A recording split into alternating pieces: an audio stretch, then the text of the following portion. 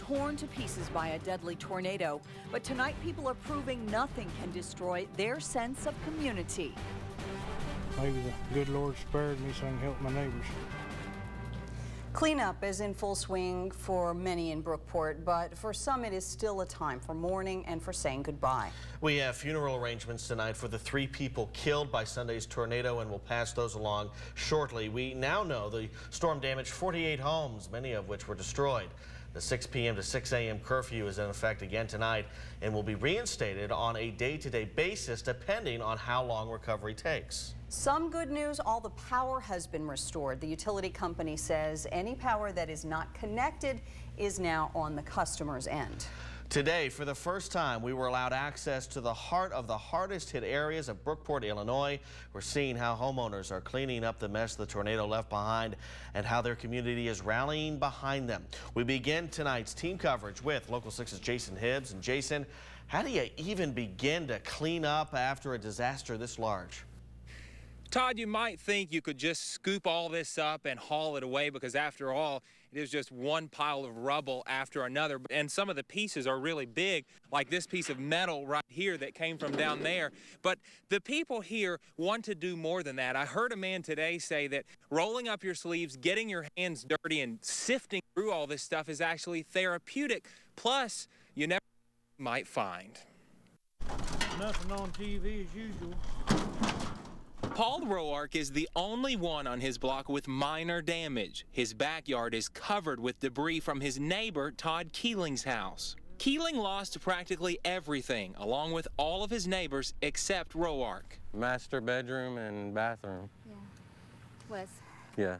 But a good neighbor sticks around. I don't know how I survived it, but gotta be a reason. I'm always trying to help my neighbors. Maybe that's why I did it. Roark has been here all day to lend a hand. This big end loader, you want to try to roll some of this over and do some more digging? Keeling says his recovery team has been surprisingly successful. We found a lot more than I thought we possibly would from looking at it. He says, after all, these are just material things and is realizing just how important people really are. People like Paul Roark. Maybe the good Lord spared me so I can help my neighbors. To help their neighbors.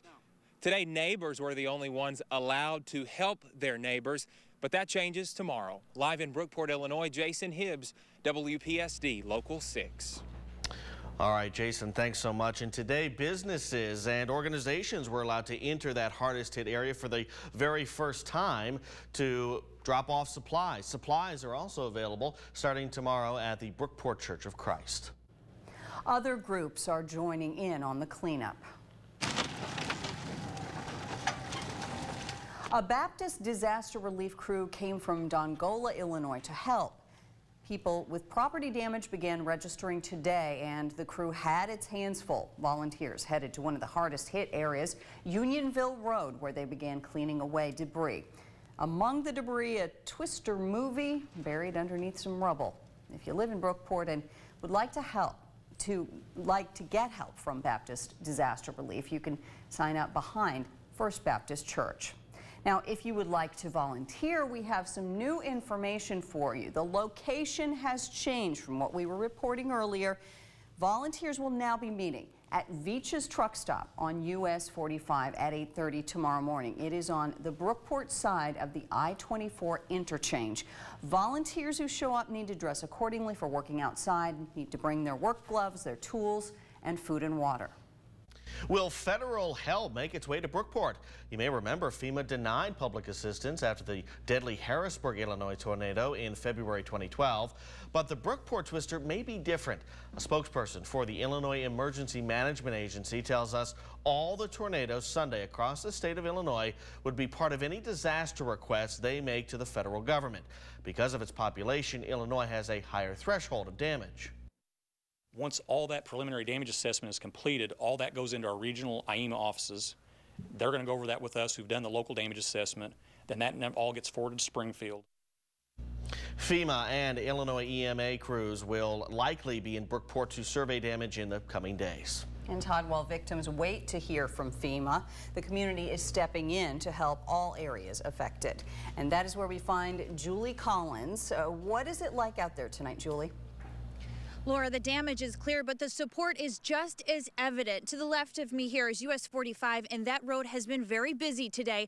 Lots of individuals and companies coming out and hauling all kinds of supplies. I did spend the day today with the Wayne Supply Company in Paducah.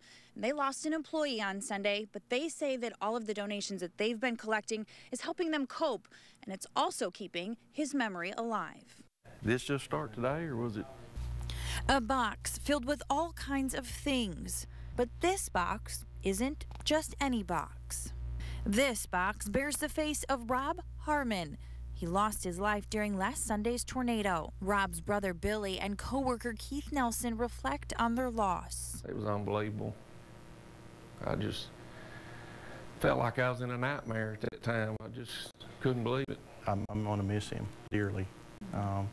But I know I'll get to see him one day again in heaven because I know he's with the Lord right now. So. Wayne Supply Branch Manager Brad Keller says they can feel the loss around the office. Yeah, I mean, we're going to miss him. I've only got so many good technicians.